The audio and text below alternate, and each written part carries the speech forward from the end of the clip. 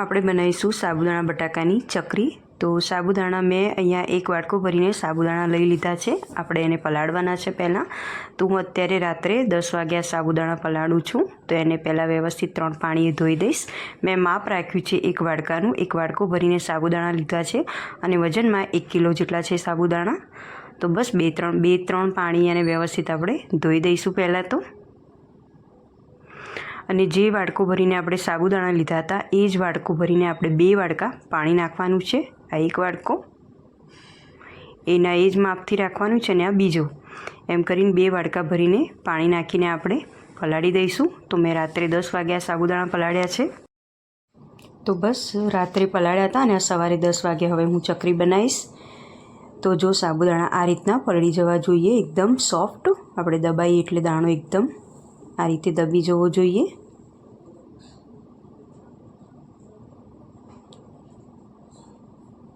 તો હવે આપણે સાબુદાણાને એના એ જ વાસણમાં રાખવાના છે અને જે વાસણથી આપણે સાબુદાણા લીધા હતા એ જ વાસણથી 1 વાટકું ભરીને આપણે પાણી નાખવાનું છે। આમાં વધારે પાણીનો ઉપયોગ નહીં કરવાનો। રાત્રે પલાળો એટલે 2 વાટકા પાણી નાખીને પલાળવાના છે અને જ્યારે બીજા દિવસે આપણે એને બનાવો તો 1 વાટકો સાબુદાણા હોય તો એની સામે 1 વાટકો જ પાણી નાખીને આ રીતે ઉકળવા માટે મૂકી દેવાનું છે। તો જો આ રીતે મેં ઉકળવા માટે મૂકી દીધું છે। તો આપણે મીડિયમ ગેસ ઉપર ધીમે ધીમે એને હલાવતા રહીશું। તો આપણે ધીમે ધીમે આને હલાવતા રહેવાનું છે એટલે નીચે ચોંટે નહીં। અને આ બનાવો એટલે જાડા તળિયાના જ વાસણનો ઉપયોગ કરવાનો। જો પતલું હશે નીચેથી વાસણ તો ચોંટી જવાનો ડર રહેશે। જો આટલો રાખ્યો છે ગેસ અને હલાવતા રહેવાનું છે। હવે આપણે એક બાજુ આપણે બટાકાને બાફવા માટે પણ મૂકી દીધા છે।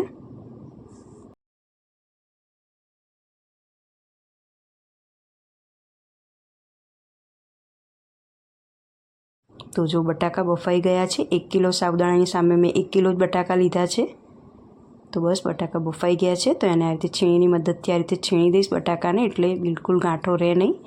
અને લીલા મરચાં લીધા છે, એને આપણે મિક્સરમાં પેસ્ટ કરી લઈશું આની। તો જો સાબુદાણાનું હલાવી જ રહી છું, ધીમે ધીમે એકદમ થીક થવા લાગશે। આમાં વધારે પાણીની જરૂર નહીં પડે। 1 કિલો સાબુદાણાની સામે ધારો કે 1 વાટકો આપણે સાબુદાણા લેતા હોય તો એની સામે 1 વાટકો ભરીને જ પાણી નાખવાનું છે આપણે જ્યારે ઉકાળો એટલે। તો જો આ રીતનું થીક થવા લાગશે। તો જો બરાબર હજુ આપણો ચમચો અંદર ઊભો રહેતો નથી એટલે હજી થોડોક પાણીનો ભાગ છે, એટલે વ્યવસ્થિત આપણે એને હલાવીશું।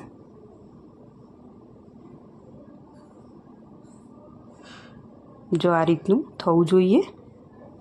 તમે જ્યારે બનાવો એકદમ આપણા સાબુદાણા ટ્રાન્સપરન્ટ થવા જોઈએ આ રીતના।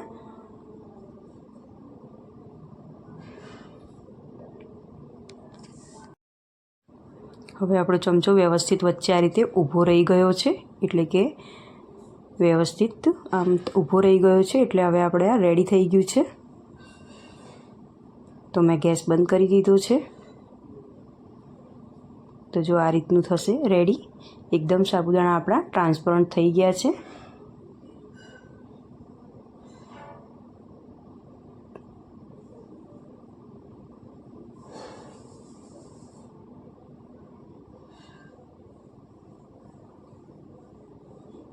તો જો આ બટાકા છે અને આ રીતે છીણીને મેં તૈયાર કરી દીધા છે। છીણી જ દેવાના બટાકા, એટલે બિલકુલ ગાંઠો નહીં રહે અંદર।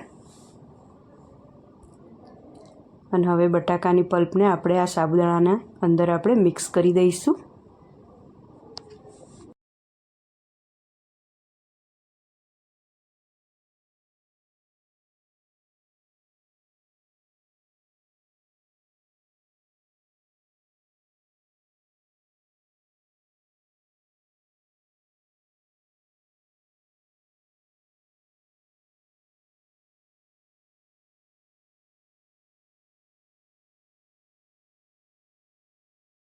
એને વ્યવસ્થિત એકવાર હલાવી દઈશું આપણે બટાકા અને સાબુદાણાને આ રીતે।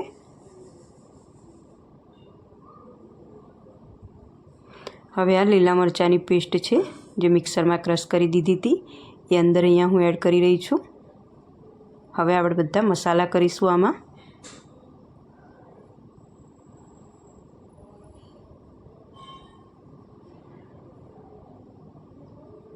હવે મીઠું થોડું ઓછું જ નાખવાનું.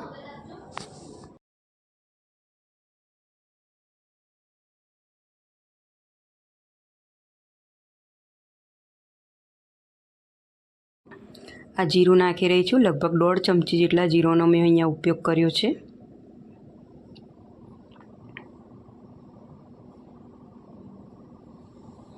લીંબુનો રસ અડધું લીંબુ નાખીશું અંદર. અને આ લીંબુનો રસ મેં નાખ્યો અહીંયા.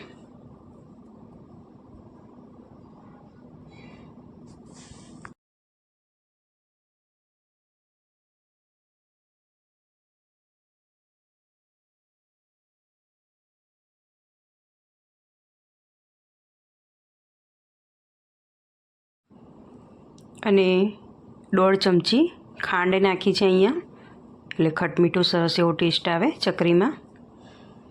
તમે જો આ રીતે ના બનાવતા હોય તો ચોક્કસથી ટ્રાય કરજો, બહુ સરસ ટેસ્ટ આવશે આનાથી.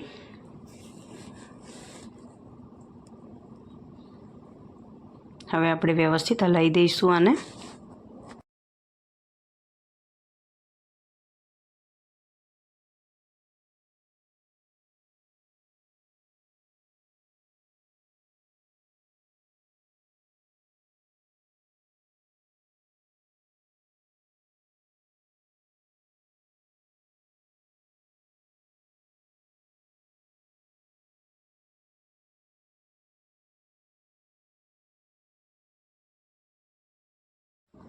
આ વિડીયો પૂરેપૂરો જોજો, અધવચ્ચે છોડી અને આગળ વધીને તમે જોશો તો અમુક વાતમાં ખ્યાલ નહીં આવે.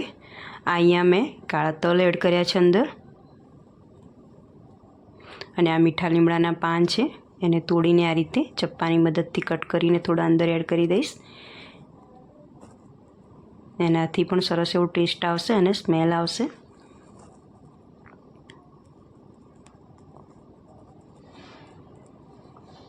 અલગ જ ફ્લેવર આવશે. મીઠા લીમડાના પાન નાખશો, કાળા તલ નાખશો એટલે.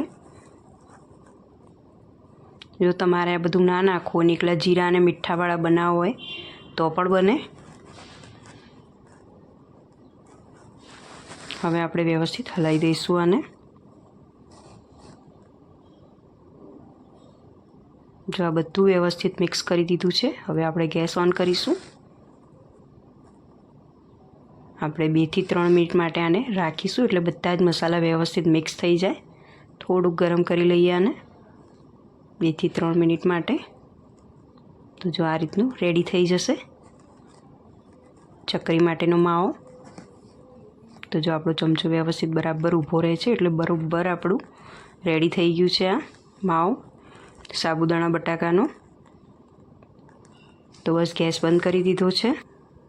તો આ ચકરી પાડવા માટેના સંચા છે, તો એને આપણે રેડી કરી દઈએ. અંદર આવી રીતે તેલ લગાવી દઈએ 2 સંચામાં, એટલે સ્પીડમાં પડી જાય ચકરી. સંચામાં ચકરીમાં પાડવા માટેની જાળી આવતી જ હોય છે. તો બસ 2 સંચા રેડી કરી દીધા છે.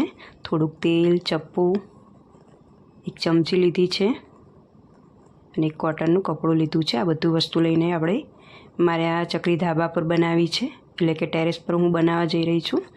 એટલે આટલી વસ્તુ લઈને અને જઈશ ઉપર. અને જો એક આપણે આવી રીતે પેપર બેગ તૈયાર કરવાની છે. તો આ મીઠાની થેલી છે તેને બરાબર ધોઈ ચોખ્ખી કરી કોરી કરી દીધી છે. અને પછી હવે એની અંદર આ રીતે જો આપણે સાબુદાણાનો જે માવો છે, સાબુદાણા બટાકાનો માવો, અંદર આપણે આ રીતે ભરી દઈશું. આનાથી પણ ચકરી તમે પાડશો તો બહુ સરસ બનશે અને સ્પીડમાં બને છે. જો તમારી જોડે આવી રીતે સંચા ના હોય ચકરી પાડવા માટેના, તો તમે આ રીતે ઉપયોગ કરી અને આ રીતે પણ ચકરી પાડી શકો છો. તમારે ગોળ પાડવી હોય તો ગોળે બની શકે, અને લાંબી સેવો પાડવી હોય તો પણ બની શકે. તો બસ આ રીતે ભરી દેવાનું, અને ચકરીનું બેટર થોડુંક ઠંડુ થાય પછી જ ભરવાનું. 5 થી 7 મિનિટ પછી જ તમારે ભરવાનું, થોડુંક ઠંડુ થાય પછી જ. અને આપણે કાતરની મદદથી થોડોક હોલ પાડી દઈશું. તમારે જેવી જાડી પતલી કરવી હોય એ રીતનો હોલ તમારે પાડી દેવાનો.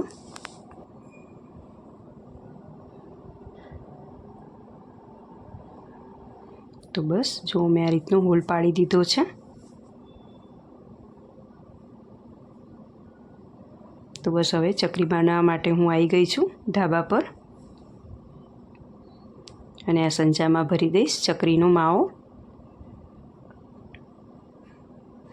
એટલે 2 સંચા અને એક આ રીતે પેપર બેગ રેડી કરી છે. આપણે મેંદીનો કોન જે રીતે બનાવતા હોઈએ છીએ બસ એ રીતે જ કરવાનું છે આમાં.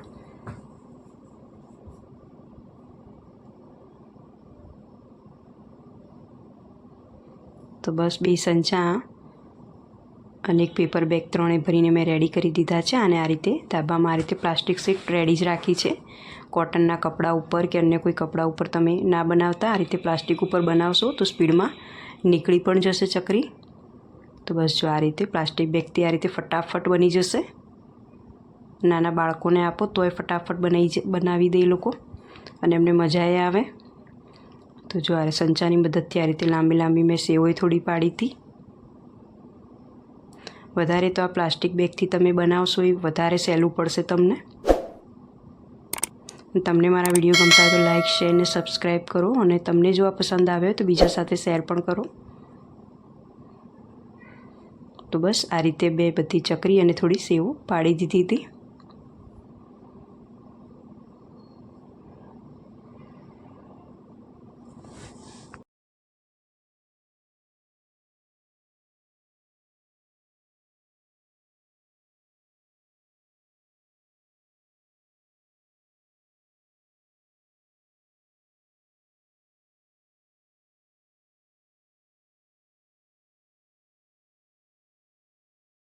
જો 1 કિલો સાબુદાણા અને 1 કિલો બટાકાની ચકરીમાં આટલી બધી રેડી થઈ ગઈ ચકરી. તો જો આ સુચિત આવ્યો છે મારો છોકરો છે. તો બસ જો એને પણ આ રીતે એને પણ શોખ આવ્યો હતો કે મમ્મી હું પણ થોડી હેલ્પ કરાવું તારી. તો એ પણ હેલ્પ કરવા માટે આવ્યો હતો મારી. અને આ સાંજે લગભગ 6 વાગે આ રીતે મેં પલટાવી દીધી હતી અને ફટાફટ એની જાતે જ ઉપર આવી ગઈ હતી. વધારે મારે બહુ મહેનત ના કરવી પડી એને ઉખાડવામાં. તો જો આ 2 દિવસ પછી ચકરી એકદમ સરસ ક્રિસ્પી એવી રેડી થઈ ગઈ છે સુકાઈને. તો હવે આને હું તળીને બતાવીશ તમને.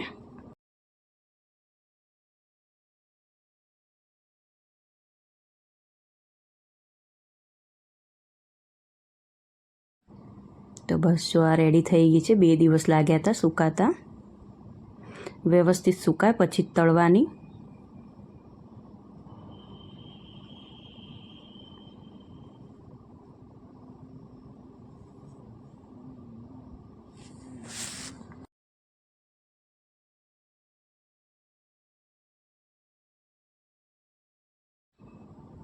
અને ખાવામાં તો એકદમ સોફ્ટ બની હતી. તમે એક પરફેક્ટ માપ જ યાદ રાખવાનું. તમારે 1 વાડકો સાબુદાણા હોય તો એની સામે રાત્રે જ્યારે પલાળો તો એના જ વાડકાથી 2 વાડકા ભરીને પાણી નાખીને પલાળી દેવાનું. અને બીજા દિવસે જ્યારે સાબુદાણા ઉકાળો ત્યારે એમાં 1 વાડકો સાબુદાણા હોય તો 1 વાડકો ભરી પાણી નાખીને ઉકાળવાના. અને 1 કિલો બટાકાનો ઉપયોગ કરવાનો. તો તમારી સાબુદાણાની ચકરી એકદમ સોફ્ટ થશે અને એકદમ પોચી થશે. અને તમને જો મારો આ વિડીયો ગમ્યો હોય તો લાઇક શેર અને સબસ્ક્રાઈબ કરો, કોમેન્ટ પણ કરો. તો ચલો મળીએ એક નવા વિડીયોમાં. ત્યાં સુધી આવજો. જય શ્રી કૃષ્ણ.